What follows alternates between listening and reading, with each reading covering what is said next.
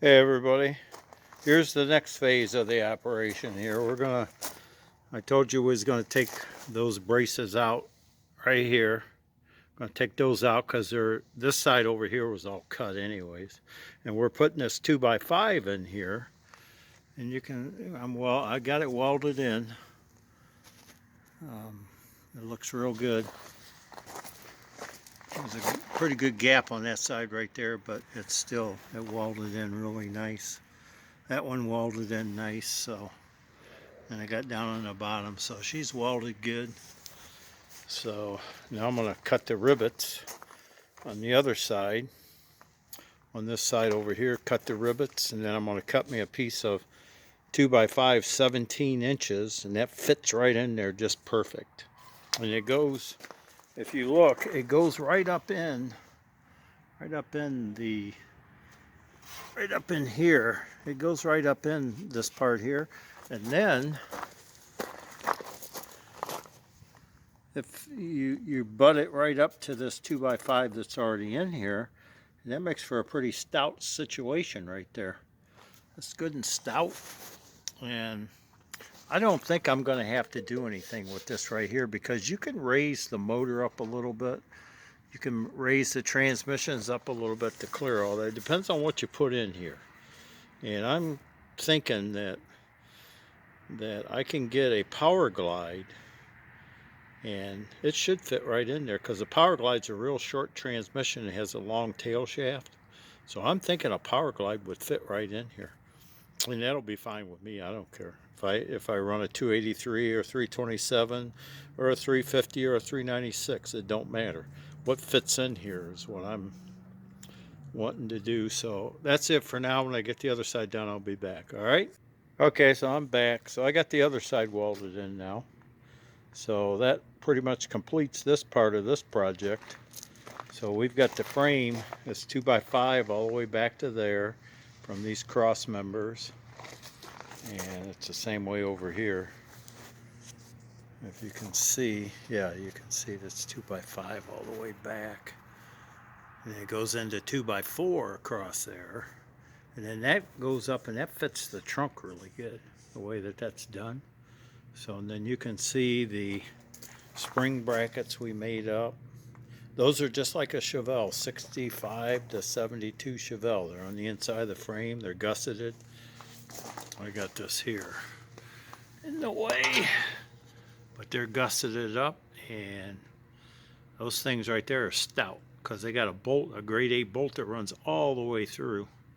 So we're getting there. Next thing we're going to do now is sandblast this bad boy.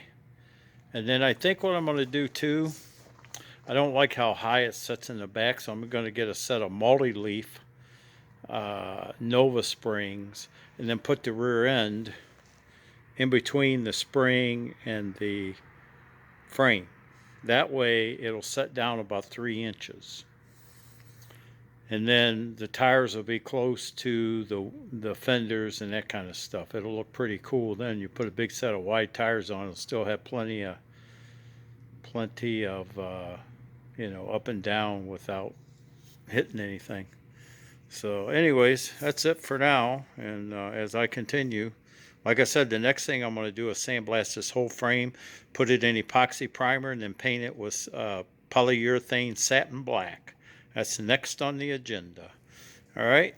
Okay. Talk to you later. Thanks. Bye. Hey everybody.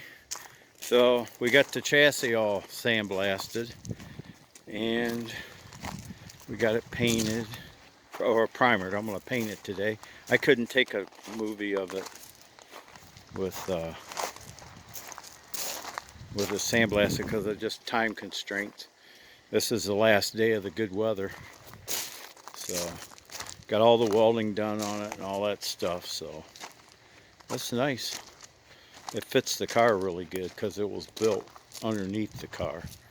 So, and then I also got the seam sealer done in the coupe body, and I'm gonna paint it today too, on the inside and the bottom. So I got all the seam sealer in it. It all looks real good. And got it up there in the corners and got it up up there in front of the doors. So today, this whole body on the inside gets painted and the whole floor on the bottom gets painted. So that's where we're at right now. And it's coming along, the old rat rod gasser. So anyways, I'll be back. Hey everybody, so I'm back. This is the final part of this video. So anyways, I got I sandblasted this whole body, and I put Rust-Oleum primer on the bottom of the floor, the top of the floor, and all inside the car, the heavy rust primer. I've used them on a lot of cars and it's really good stuff. And then I put Rust-Oleum satin black on the bottom of the floor and all inside the car and the floor on the inside. So this thing is really, it's protected, it's blasted, and if I missed any little bit of rust, that Rust-Oleum, it stops it in its tracks. It will never come through. This car will be good for another 80 years. And so we did all this, and turned out really good. The floors and everything, Now I got to do my patchwork on it, but the overall, now look how they put all that tar. That's all from Ford. They put all that tar in there, and that's what keeps those from rusting out when you got a rumble seat. And I'm glad they did that, because it saved that car back there, because it just needs a lower panel on it. So, and there's the inside. You can see the trunk's got a few wrinkles in it, but you know what? It's solid. By the time you throw a spare tire in there and some other stuff, it ain't gonna matter. It's gonna bend it anyways. So, but there's the floors. They look real good. I put all the caulking in. There's caulking. There's caulking right there. And there's caulking back here. And I got all the seams all caulked up. There's caulking right there too. That's all caulked up. And I tried to make it look factory, because I learned how to do that with my Chevelle, because I kept experimenting, and finally I figured out certain cardboards, thick cardboards, will give you that same pattern. So let me see if I can get over here to show you. Let's see, like the whole inside of this car is all painted with satin black Rust-Oleum, and I'm gonna tell you what, it turned out really good. You're not gonna beat that. And it looks good too. It's got that satin look to it, So let me get over here and look through here so I don't have all that glare. And you can see, maybe you can, maybe you can't. Oh, you can see right there. See how nice that is? That's all up through there. Now the doorposts, I didn't do those, because those are going to be the same colors outside of the car. But you look down through there, that's just, it turned out nice. Quarters are all painted on the inside. It's nice. There's the front of the floor right there. The tunnel. I got to do the doors. I'll do them next spring. This will be the last of this until spring. But it turned out really good. I'm very satisfied with it.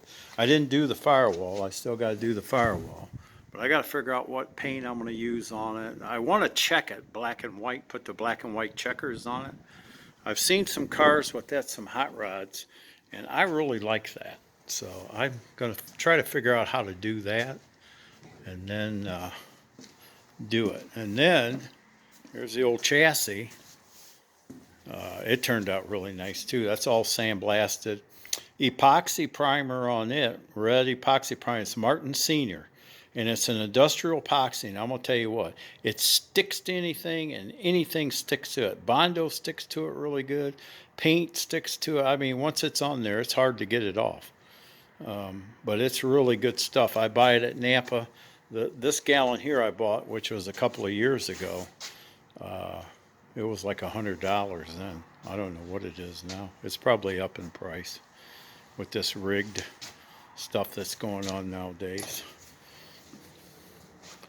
So anyways, there that is. See, I spent almost 2 weeks sandblasting, priming, and I had to disassemble the chassis. I had to take the front end off of it, take the rear end out from under it, put it up on jack stands. And I spent about 2 weeks doing this. Of course, you only got, in October, you only got so much daylight. And you got to wait till it warms up. And so, but I'm going to tell you what, it turned out really nice. I like this setup. If I was to do another one, I'd do it the same way because it's stout. You can stand this thing up on the back wheels and it ain't going to hurt nothing. And it's got a nice bumper on it too. Real nice, 2x4, 1/8 inch thick. Somebody hits that, they're going to know it. And a cross member right in front of that. So if anybody hits that bumper, buddy, they're going to know it. And then there's the old 9-inch. Probably next spring I'll take and pull that. One thing I'm going to do is I'm going to get Nova, 71, 72 Nova multi-leaf springs, and then put the spring perches on the bottom of that rear end so I can stick it up there in between the frame and the spring. That'll lower it down another 3 inches, and that should make it really a good height. By the time you build the car, put all the fenders on it. I'm just going to put the rear fenders. I'm not even going to put the front ones on. And by the time you do all that and put the seats in it, the roll bar, the gas tank, and the motor, transmission, drive shaft, by the time you put all that in it, it's going to squat down. It'll probably be 1 inch or 2 inches from the bottom of the fenders up on the top part, in the middle, which will be good. And then put a big fat set of pie crust slicks on it, really big fat set. Or any Hoosiers or whatever, it don't matter. Mickey Thompson's, probably go with Mickey Thompson's because back in the day, that's what they used, and they're still using them. The Scott rods, that's all they use is Mickey Thompson slicks. Mickey Thompson tires because he sponsors them. And they go to drag track for a show, for, exhibition show is what they do. Mickey Thompson's there. If they need a tire, they get it for free. So, all right. So anyways, that's according to the Scott rod car owners that I've listened to. I like them. So, yep.